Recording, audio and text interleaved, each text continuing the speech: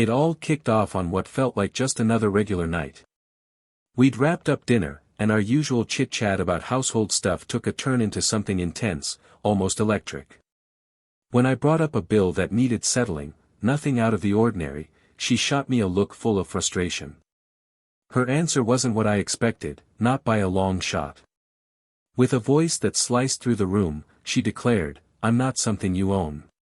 Those words lingered in the air, heavy like a brewing thunderstorm. I was caught off guard, unsure how to even respond. Was she accusing me of something, throwing down a gauntlet, or just claiming her freedom? The way she said it, her sharp tone, the fire in her eyes, it was like she was staking out her territory, questioning everything I thought our relationship stood for. I didn't have words. What was there to say? I just gave a small nod, but deep down, something in me clicked. It wasn't rage, not yet. It was something quieter, more determined. As I cleared the dishes in silence, her words kept looping in my head. I started thinking about all I'd given up over the years, the long workdays, fixing every problem that came up, making sure her world ran like clockwork. And now, it felt like she was saying none of that counted, like I'd been acting like she was mine to control. That night, I couldn't sleep, just staring into the darkness, replaying our exchange. Was there truth to what she said? Had I been too controlling? Had I turned our partnership into some kind of business deal? Or was she just dodging the promises we made when we tied the knot? I couldn't pin down her real meaning, but one thing stood out: she didn't feel like she owed me the same loyalty I'd always given her. Lying there, a calm determination started to take root. All right, I thought, if she doesn't want to be treated like she's mine, I won't act like she is.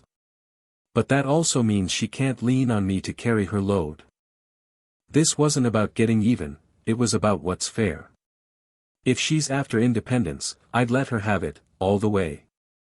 Come morning, she acted like nothing had gone down, but I was already a different man. The change in my head was set in stone. I decided to play it cool, no big speeches, no showdowns. I'd let my actions do the talking. When she asked if I'd take care of a bill that week, I looked at her and said, "You've got this one." She seemed thrown off, maybe a little confused, but didn't push it. It was a small moment, but to me, it meant everything. I was done playing the role of her keeper, done managing her life while she brushed off my efforts as controlling or meaningless. All day, I saw chances to step back and let her take charge. When the kitchen faucet started dripping, I left my tools in the garage. When her car was low on gas, I didn't swing by the station like I usually would. Each time, she looked a bit puzzled, maybe even irritated, but she didn't call me out, not yet. Her words from the night before were still ringing in my ears, driving me forward. I wasn't mad, I was clear-headed. This wasn't about punishing her, it was about finding balance. If she didn't want to be treated like she was mine, she couldn't expect the perks that came with that kind of bond. I'd stay out of her way, but I wouldn't hold her life together either. By the time the day wrapped up, I could feel a subtle tension hanging between us. She was starting to pick up that something wasn't right, but she hadn't pieced it together yet, and I wasn't going to spell it out. If she wanted to stand on her own 2 feet, she'd have to own every part of it. That night, as I lay in bed again, a weird kind of clarity washed over me. This wasn't some petty game or a passing mood, it was a real change in how I viewed our marriage and how I'd deal with it from now on. Whatever was coming next, I was ready to show her exactly what life looked like without me acting like I owned her. The next morning, I woke up early like always, but this time, I didn't feel that usual tug of duty dragging me out of the sheets. I lingered in bed a bit longer, hearing her start her morning routine down the hallway. Normally, I'd be the one firing up the coffee maker, but today, I just stayed put. Let her deal with it, I figured. When I finally rolled out of bed, I found her in the kitchen, standing by the coffee maker with a mug in her hand. Her car keys were sitting on the counter, and I could tell she was waiting for me to bring up the oil change she'd been nagging me about all week. But I didn't say a word. I grabbed some coffee, plopped down at the table, and started scrolling through my phone like it was no big deal. "You're taking the car in today, aren't you?" she asked after a few minutes of quiet. I didn't even look up. "Nah, that's on you." She stopped cold, her mug halfway to her mouth. "What's that supposed to mean? You always handle that stuff." I just shrugged. "Not today. It's your ride." Her eyes tightened a bit, but she didn't push it further. She left the house with a quick "see ya," and I heard the car door shut with a little extra force as she peeled out. That was the first tiny fracture in our usual routine, but it wasn't the last.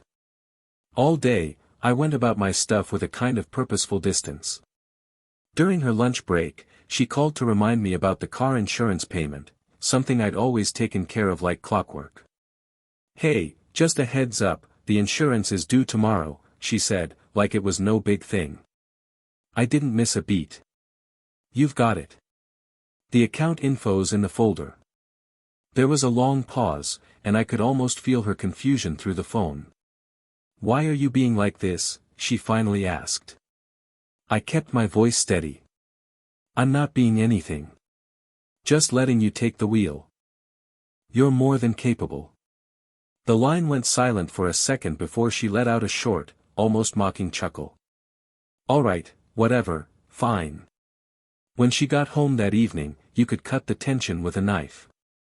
I'd left a few things undone on purpose, like not hauling out the trash, which I usually did without thinking. I saw her glance at the overflowing bin as she walked into the kitchen, and her annoyance was plain as day, even if she didn't say a word. Dinner was another quiet one. She kept waiting for me to speak up, to explain what was going on, but I didn't bite. I made food just for myself, left the dishes in the sink, and went back to my own stuff without offering to lift a finger for her. It wasn't about being mean, it was about showing her what life looked like without me carrying the weight she'd gotten used to. That night, she finally had enough. "Are you gonna tell me what's up with you?" she snapped, her voice sharp as a razor. I leaned back in my chair and met her gaze. "You said you're not something I own, didn't you?" Her face tightened. "Yeah, that's what I said." "Well, I said, keeping my tone even, if you're not mine to control, then you're not mine to take care of either." Her mouth opened like she was ready to fire back, but nothing came out. She just stood there, staring at me for a long moment, then turned and walked away. The bedroom door shut with a sharp snap behind her. Sitting there in the stillness that followed, I felt a strange mix of feelings swirling inside me. This wasn't fun. There was no joy in seeing her wrestle with this new dynamic, but I knew it had to happen. If she wanted to be her own person, I was dead set on letting her have it, even if it meant taking apart the life we'd built together, one little piece at a time. The days that followed were like a slow unraveling of everything we'd built. I stuck to my guns, keeping my cool on the outside while stepping back from all the chores and responsibilities I used to handle without blinking. With every day that passed, the gaps in our usual routine got bigger and harder to ignore. The first real break hit one evening when she got home from work. The house was dimmer than usual, and the trash bag was still sitting by the door where I'd left it. Normally, I'd have hauled it out, flipped on the lights, and had dinner going by now.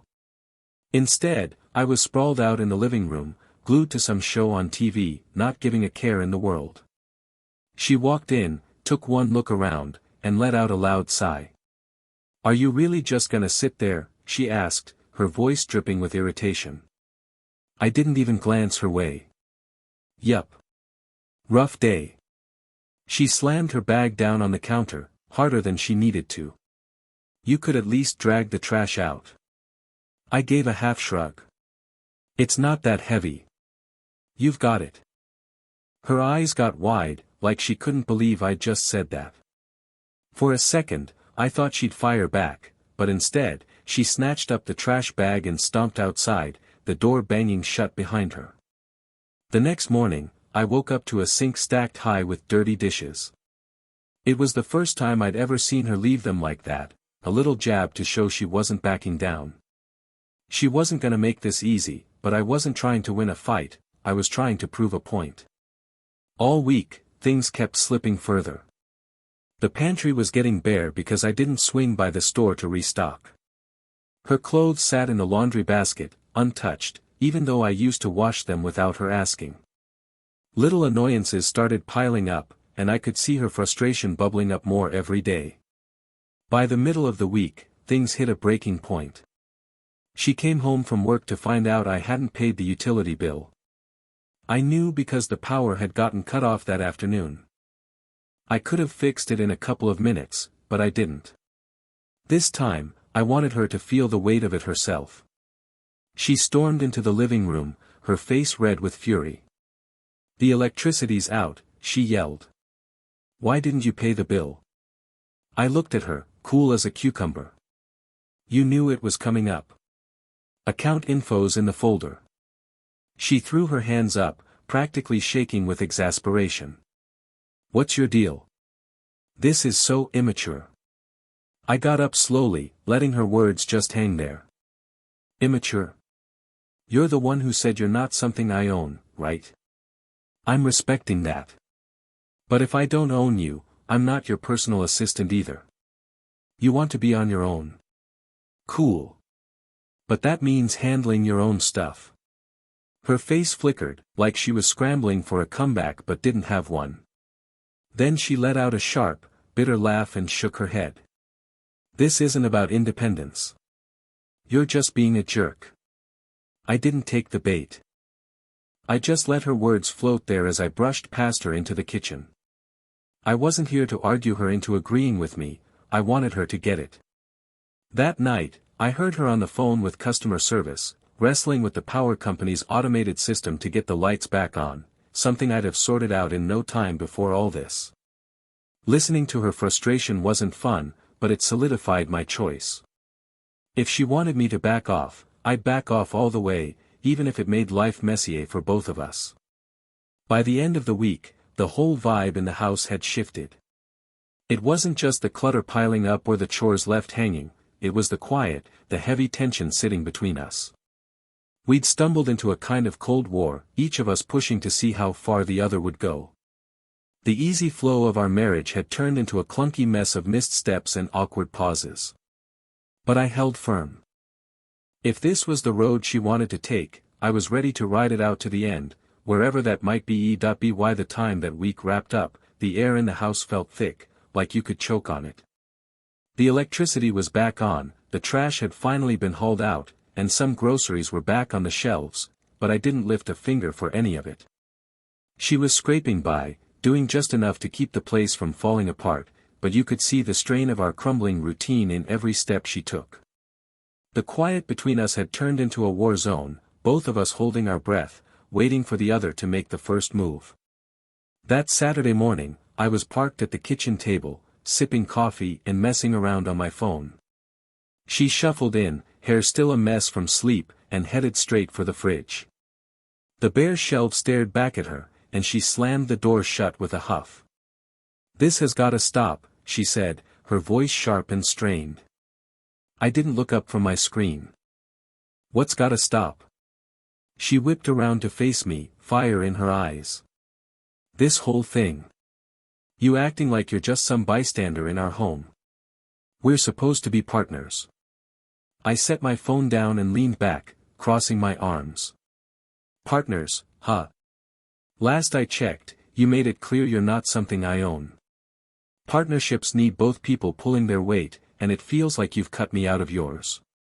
She folded her arms tight, her jaw clenching. "Don't put words in my mouth. I never said I wanted you to just check out of our life completely." "Well, here's the thing about words," I said, keeping my voice steady but solid. "Once you say, they carry weight. You made it real clear you don't want to feel like you owe me anything. That's fine. But it cuts both ways." Her frustration exploded. "This isn't about owing anybody. It's about respect, about not feeling like my whole world has to spin around your choices." I pushed my chair back, the legs scraping loud against the floor, and stood up. "Respect?" I said, my voice finally getting some heat. "You think respect is me quietly handling every problem, paying every bill, and cleaning up every mess without even a nod of thanks. You think respect is you telling me all that work makes you feel like I own you? If that's your idea of respect, you're missing the mark by a mile. She flinched, her arms falling to her sides.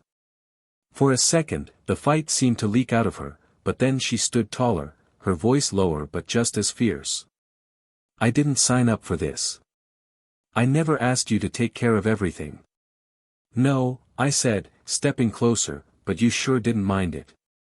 Every time I stepped up to make life easier, you leaned right into it. Every time I covered for you, you let me. And when I tried to talk about what it's like carrying all that, you brushed it off like I was trying to control you. Her eyes started to shine with tears, and she looked away, her hands balling into fists. So what's the plan now? She asked, her voice cracking just a bit. We just keep ripping each other to pieces. I didn't answer right off. Instead, I turned back to the table, grabbing my coffee mug and staring into the dark liquid. I don't know, I said after a long pause, honest as I could be. But I'm done being the only one holding things together. If you want to be your own person, you've got it. Just don't expect me to swoop in and fix things when they start to break. She stood there, frozen, like she was waiting for me to back down. When I didn't, she let out a shaky breath and walked out. The bedroom door closed with a soft click this time, a far cry from the slamming we'd been hearing lately. I hung out in the kitchen for a while, my coffee going cold in my hands. The house was eerily still, the kind of quiet that creeps in after a big storm. For the first time, I wasn't sure if there was anything left worth saving, or if either of us even cared enough to try. After that showdown, things didn't just snap back to normal. If anything, the distance between us grew even wider. Days dragged on in this weird, tense standoff where we shared the same space but moved around each other like we were strangers. Every word we said felt like it was weighed and measured, every interaction like a chess move. It was clear neither of us knew how to close the gap, or if we even wanted to bother trying. The first hint of the fallout hit when Rachel, her friend, gave me a call. Usually, Rachel would just ring her up directly, but this time, she reached out to me. Hey, she said, her voice cautious, I've been trying to get in touch with her, but she's not picking up. Everything all right over there? I paused for a second. She's okay, I said. Just swamped, I guess. Swamped? Rachel didn't sound convinced. She bailed on our lunch plan Saturday. That's not her style. I didn't know how to respond, so I sidestepped. You might want to check in with her about it. I thought that was the end of it, but it wasn't. A couple of days later, my mom called, and her tone was all business, like I was a kid in hot water again. What's going on with you two? She demanded. She told me you're not lifting a finger around the house. That doesn't sound like the son I raised. I let out a heavy sigh, rubbing the bridge of my nose. It's a long story, Ma. Well, you better shorten it, she shot back. Marriage isn't a game of who does what. It's about being there for each other. Her words cut deep, but I didn't try to explain. How do you lay out years of unspoken grudges and hurt to someone who's not living it, who doesn't feel the weight of all those quiet expectations piling up? It wasn't just family drama, though. The tension started spilling over into other parts of our lives. At work, my head wasn't in the game, I kept zoning out, replaying our fights, trying to pinpoint where it all went south.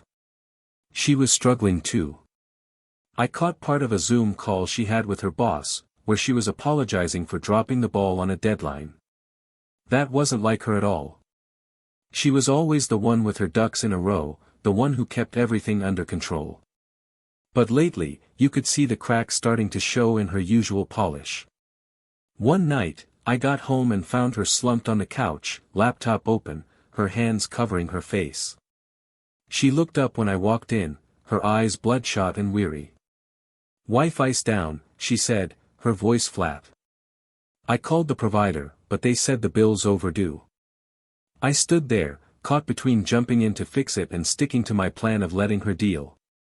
After a beat, I said, you know how to take care of it, don't you? She didn't say a word. She just shut the laptop and leaned back, staring up at the ceiling. I can't keep going like this, she whispered, barely loud enough to hear. Her words threw me off balance. What do you mean by that? This, she said, waving a hand at the room around us. All of it. I feel like I'm sinking, and you're just standing there, watching me go under. I wanted to fire back, to remind her she's the one who wanted to be on her own, but seeing her like that stopped me cold. She didn't look like she was ready to fight or stand her ground. She looked worn out, like the weight of it all had finally broken her. That's when it sank in, this mess we'd made wasn't just hitting her, it was dragging us both down. The house was a disaster, bills were stacking up, and we were both too hard-headed to admit this wasn't working. Whatever point I'd been trying to hammer home was starting to feel pointless compared to what we were losing, each other. I sat down across from her, the silence between us thick and heavy. For the first time in weeks, it didn't feel like we were squaring off for a fight. It felt like we'd hit a dead end, like we'd both run out of plays. I didn't mean for it to end up like this, I said after a long pause. She looked at me, her eyes holding something I couldn't quite pin down, maybe sorrow, maybe regret. Me neither. We just sat there for what felt like forever, not saying a word, both of us grappling with what to do next after letting so much of what we had fall to pieces. That night didn't fix everything. There was no big Hollywood moment where we hugged it out, said sorry, or swore to turn things around. Instead, the days after were more like a quiet ceasefire. It wasn't about agreeing, it was about both of us being too worn out to keep fighting. Things started shifting in small, careful ways. The next morning, I walked into the kitchen and saw her at the table, surrounded by a pile of papers, bills, receipts, bank statements. She glanced up as I came in, and for a second, we just locked eyes. Then she nodded toward the empty chair across from her. "Wanna sort through this stuff with me?" she asked, her voice soft. It wasn't her saying sorry, but it wasn't her digging in her heels either. I pulled up a seat, and we dove into the chaos we'd both been dodging for too long. She had questions about due dates and account details, and I answered straight up, no snark or judgment. For the first time in weeks, we were tackling something as a team, not because one of us demanded it, but because we both knew it was time to deal. That little moment of teamwork set the vibe for the days that came after. She started stepping up more, calling the utility companies, booking appointments, even throwing together dinner without waiting for me to take over. And me? I found myself easing back into the things I'd dropped, not out of some sense of duty, but because I wanted to pitch in. I'd scrub the dishes she left in the sink or haul out the trash without her saying a word. It wasn't like flipping a switch back to how things used to be, but it was a step forward. The real talk started creeping in slow. One night, we were parked on the couch, half watching some show, when she hit the mute button and turned to me. "Do you honestly think I don't value what you do?" she asked out of nowhere. Her question caught me off guard. Sometimes it felt that way, I admitted, being real with her. Like everything I was doing just came with the territory, like it didn't even register with you. She nodded, her face thoughtful, like she was really chewing on my words.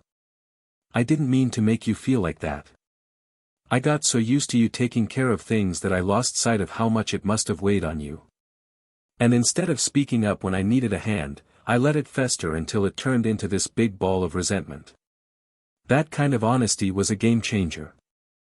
We started having more talks like that, raw, open ones where we laid out what was on our minds without worrying it'd spark another blow-up.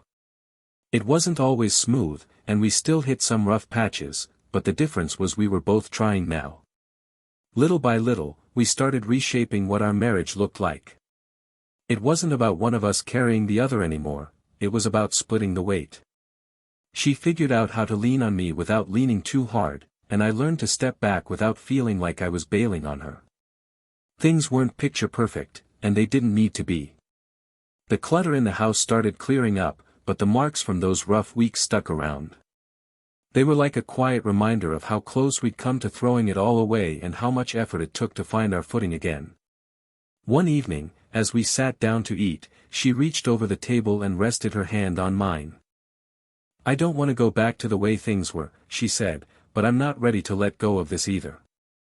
I gave her hand a gentle squeeze and nodded. "Same here." And just like that, we settled into our new way of doing things, not as owner and owned, or as one guy carrying the load, but as two people figuring out how to handle life's chaos side by side.